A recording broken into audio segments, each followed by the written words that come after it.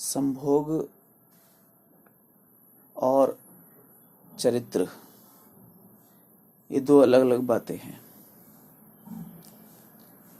Sex and character are two different things. They are not the two faces of a single coin. No. ये दोनों एक सिक्के के दो पहलू नहीं हैं. ये दोनों बेहद अलग अलग हैं. लेकिन सदियों से इस समाज में, विशेषतः भारतीय समाज में, संभोग को चरित्र से जोड़ने का काम किया गया है.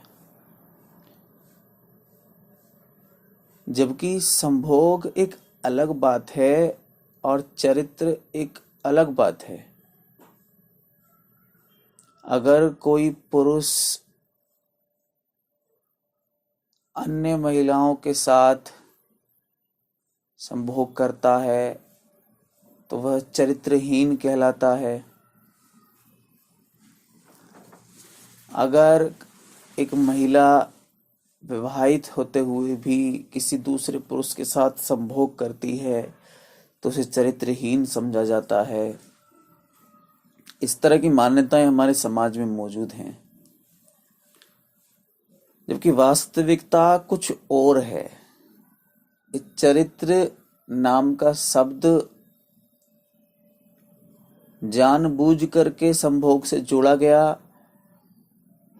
चरित्र का संबंध संभोग से दूर दूर तक भी नहीं है.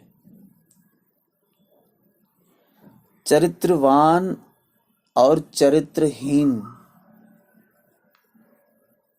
से मतलब है कि अगर किसी व्यक्ति की करनी और कथनी में अंतर है तो वह व्यक्ति चरित्रहीन है.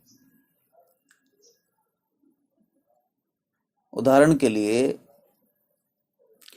जिस व्यक्ति ने सत्य को नहीं जाना और वह व्यक्ति सत्य का उपदेश देना प्रारंभ करता है तो वह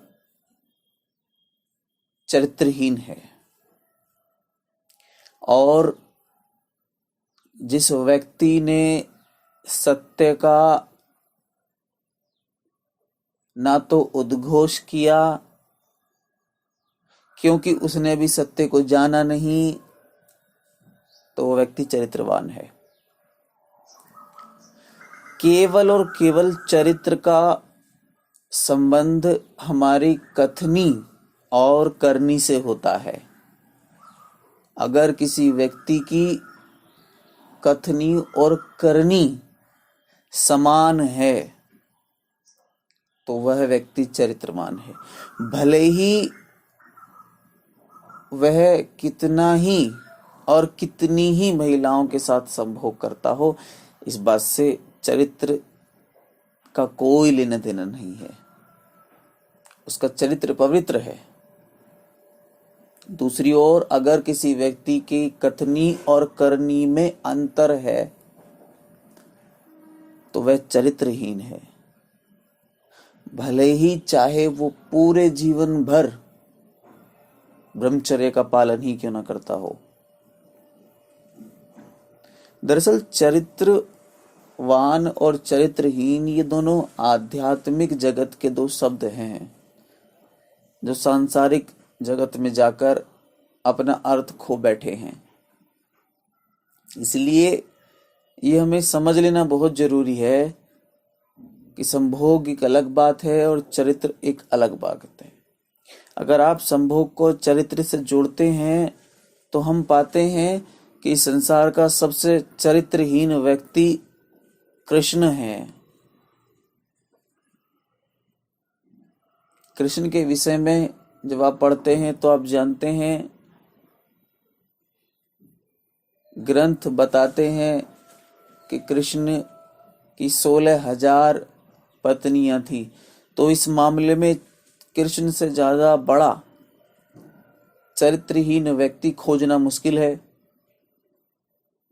और अगर आप कृष्ण के चरित्र को संभोग से जोड़ देते हैं तो जो कृष्ण के पास सत्य का अमृत है उससे आप अनभिज्ञ रह जाते हैं, अछूते रह जाते हैं।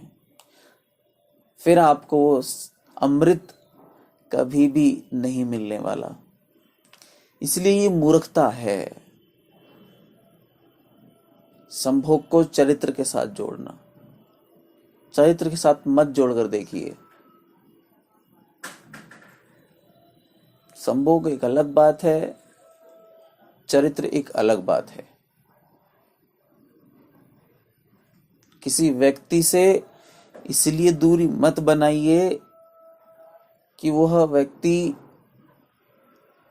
शादीशुदा होने के बावजूद भी किसी अन्य महिला के साथ संभोग करता है। किसी व्यक्ति के साथ इसलिए मत संबंध बनाइए कि वह व्यक्ति ब्रह्मचर्य है। ऐसा कदापि नहीं है। जिस व्यक्ति ने ब्रह्मचर्य का पालन किया हो ऐसा बिल्कुल भी नहीं है कि वह व्यक्ति सत्य को उपलब्ध हुआ हो। ब्रह्मचर्य और सत्य का कोई संबंध नहीं है। अगर ब्रह्मचर्य से ही सत्य उपलब्ध होता तो नानक, कबीर, बुद्ध, रैदास, कृष्ण, महावीर, मोहम्मद साहब ये सब सत्य से अछूते रहते।